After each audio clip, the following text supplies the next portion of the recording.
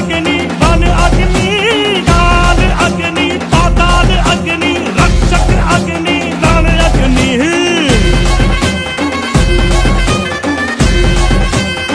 Hello guys, welcome back to my channel. Blog हा माझ्यासाठी खूप स्पेशल होणार आहे, कारण आज मी आलो आहे छत्रपती शिवाजी महाराजांची राजधानी असणाऱ्या रायगडावरती।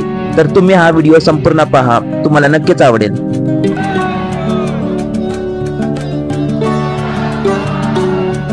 आम्ही हा ट्रेक कॉलेज सोबत जाणार आहे। या ट्रेकला एकूण 400 जण येणार आहेत। त्यासाठी आम्ही 12 बस केल्या होत्या। नंतर बस ही पुण्यातून रात्री 11 वाजता निघाली। पुण्यापासून रायगडचे अंतर हे 140 किलोमीटर असून मुंबई पासून याचे अंतर 170 किलोमीटर आहे। तर जाताना आम्ही बसमध्ये फुल एन्जॉय केला, तर तुम्ही व्हिडिओ पहा।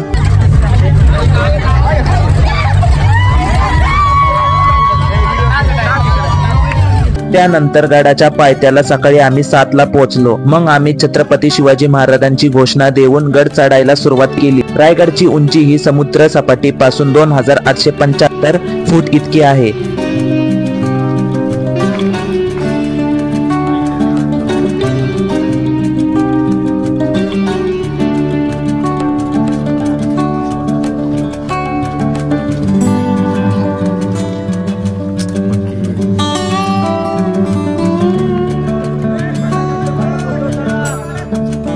गडावर चढताना आमची संपूर्ण अवस्था खराब झाली होती, तरी आम्ही चालत राहिलो। आवाज थोड्या अंतरावर जाताना आम्हाला गडावरील महादरवाजा हा आला।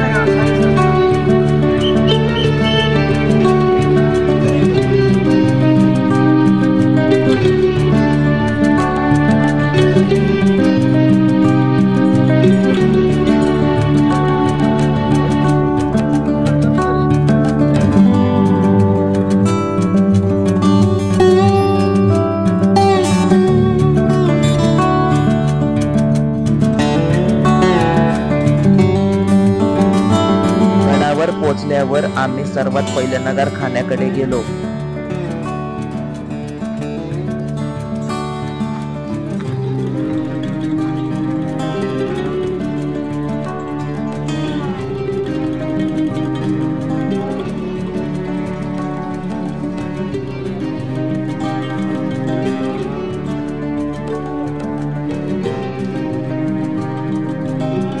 त्यानंतरून तिथूनच आत महाराजांच्या राजदरबारामध्ये गेलो। आतमध्ये गेल्या गेल्या असे वाटले की स्वतः छत्रपती शिवाजी महाराज हे समोरच सिंहासनावर विराजमान झालेले आहेत। असे वाटले तेव्हाच्या काळात हा दरबार कसा सजलेला असेल आणि इथे 6000 लोक कसे बसत असेल। दरबार पाहून झाल्यानंतर आम्ही महाराजांच्या राहत्या राजवाड्याकडे आलो। वयाच्या 16व्या वर्षी स्वराज्याचं तोरण त्या तोरणगडावर बांधलं। वयाच्या 44व्या वर्षी याच रायगडाच्या मातीमध्ये महाराज या स्वराज्याचे छत्रपती झाले। शिवाय नको पाहायला पाहिजे होता तो दिवस तुम्हा आम्हाला बघावा लागला। आपल्या महाराष्ट्र पुरता झाला, या महाराष्ट्राचा सूर्य मावळला, या सह्याद्रीमध्ये अंधार पडला आणि या अखंड स्वराज्यासाठी आज इतिहासाचा तो एक काळा दिवस ठरला। ती तारीख चपला खाली गेला, ती तारीख म्हणजे 3 एप्रिल 1686 ला याच चौथऱ्यावर छत्रपती शिवरायांनी जगदंब जगदंब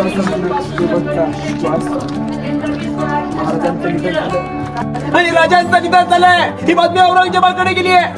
औरंगजेबाचा सरदार मुत्तालिक खान औरंगजेबाला सांगतोय, हुजूर बड़ी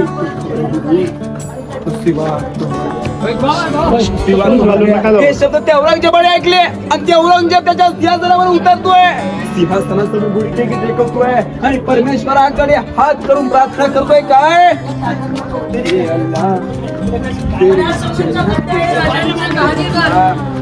तेरा बंधा तेरे पास। अरे परमेश्वरा, तुझ्या स्वर्गाची दार ही आता तरी उघडी ठेव। या बहिणींची आबरू वाचविण्यासाठी सर्वोत्तम आणि सर्वश्रेष्ठ जो पुत्र होता तो आता तुझ्या जवळ येतोय. एक कल्पना करा, जर एका राजाची प्रार्थना शक्ती करतोय तर त्या राजाची काय म्हटलंय, अनाम वीरा अरे जिथे झाला तुझा जीवनांत कधी पेटली ना वात या. दादा 50 वर्षाचा काळ, 50 वर्ष शिवरायांना आयुष्य लाभलं. 50 वर्षात काय केलं होत्या राजांनी? स्वराज्य उभं केलं. अनेक राजे झाले, बापदादांच्या गादी हातावर पुढे गेले, पण एकमेव राजा झाला की ज्याने स्वतःची गादी स्वतःला छत्रपती शिवाजी.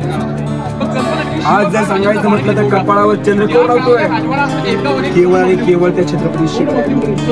जर महाराज नसते तर तुम्ही, आणि जर खरंच आज आपण असतो तर नक्कीच कोणाच्या ना कोणाच्या हाताखाली आपण आपलं गुलामगिरी करायची.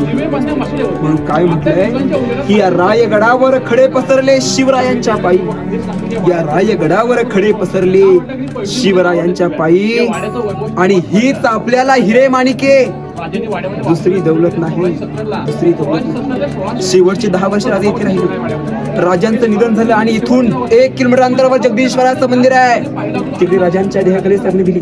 संभाजीराजे शेवटचे 9 वर्ष, संभाजीराजाने इथून देखील 9 वर्षाचा कारभार चालवला.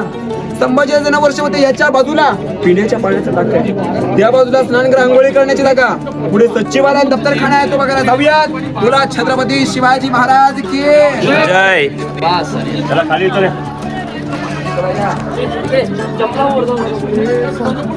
हे बघा, या बाजूला पिण्याच्या पाण्याचं टाकी होतं. जे कामचुकार लोक होते त्या कामचुकार लोकांना गंगासागर तळावातून कावडीने पाणी आणून कष्टामध्ये टाकलं जायचं. आणि इकडे स्नानगृह छत्रपती शिवाजी राजांची आंघोळी करण्याची जागा आहे. आतमध्ये रूम आहे, उभं राहायला जागा कमी आहे, त्याची माहिती काय.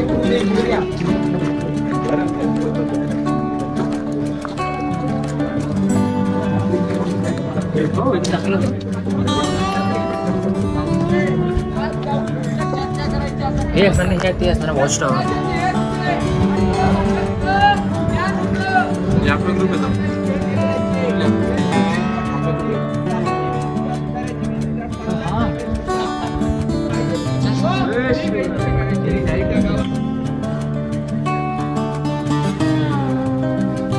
हे महाराजांच्या राण्यांचे महल. इथे 6 सेम आकाराचे महल बांधले गेले होते.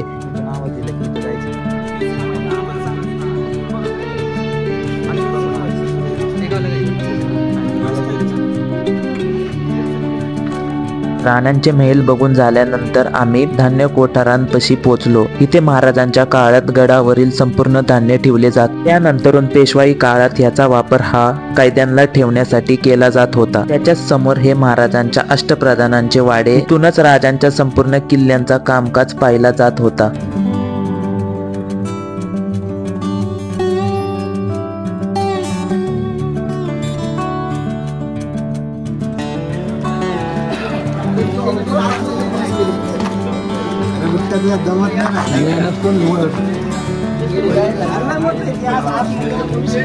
त्यानंतरून पुढे आम्ही छत्रपती शिवाजी महाराजांची बाल्कनी पाहिली. इथूनच उभा राहून महाराज त्यांच्या 8 किल्ल्यांवर लक्ष ठेवत, मग तिथूनच शिड्याने खाली उतरून तिथे पाहिले की शिवाजी महाराजांच्या जे पण प्रायव्हेट मीटिंग होत होत्या ते इथेच केल्या जात. हा रूम एकदम बंदिस्त होता. इथे बाहेरचा किंवा आतला आवाज बाहेर जात नव्हता.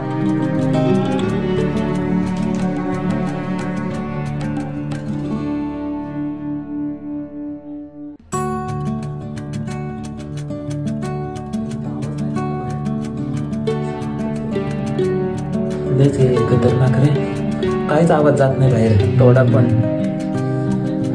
काय तवा असं राव भयंकर. थोडा पण आवाज जात नाही ना. इथं सगळ्या मीटिंग व्हायच्या, इथं सगळा कारभार चालायचा राजांचा.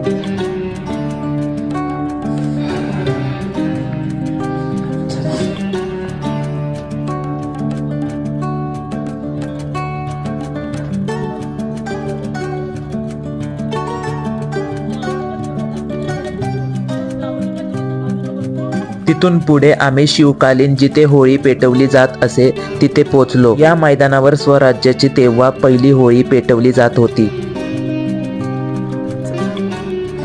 त्यानंतर आम्ही जगदीश्वराच्या मंदिराकडे निघालो. जाताना आम्हाला त्या काली भरपूर मोठी असणारी अशी बाजारपेठ लागली. त्या बाजारपेठचे अशी वैशिष्ट्य होते की आगे दुकान आणि पीछे मकान अशा पद्धतीची बाजारपेठ होती. तिथूनच पुढे आम्ही जगदीश्वराच्या मंदिरापाशी पोहोचलो.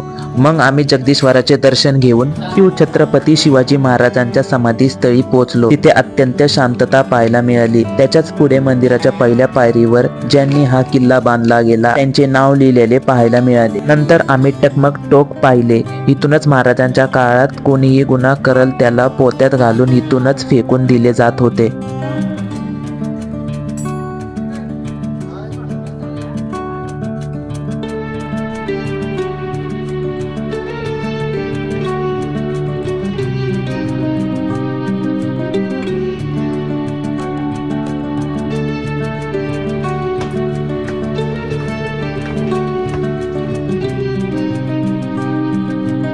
तर हा व्हिडिओ मी इथेच एंड करतो. जर हा व्हिडिओ तुम्हाला आवडला असेल तर नक्कीच लाईक अँड शेअर आणि चॅनलला सबस्क्राईब करा. तर भेटूया पुढच्या व्हिडिओमध्ये.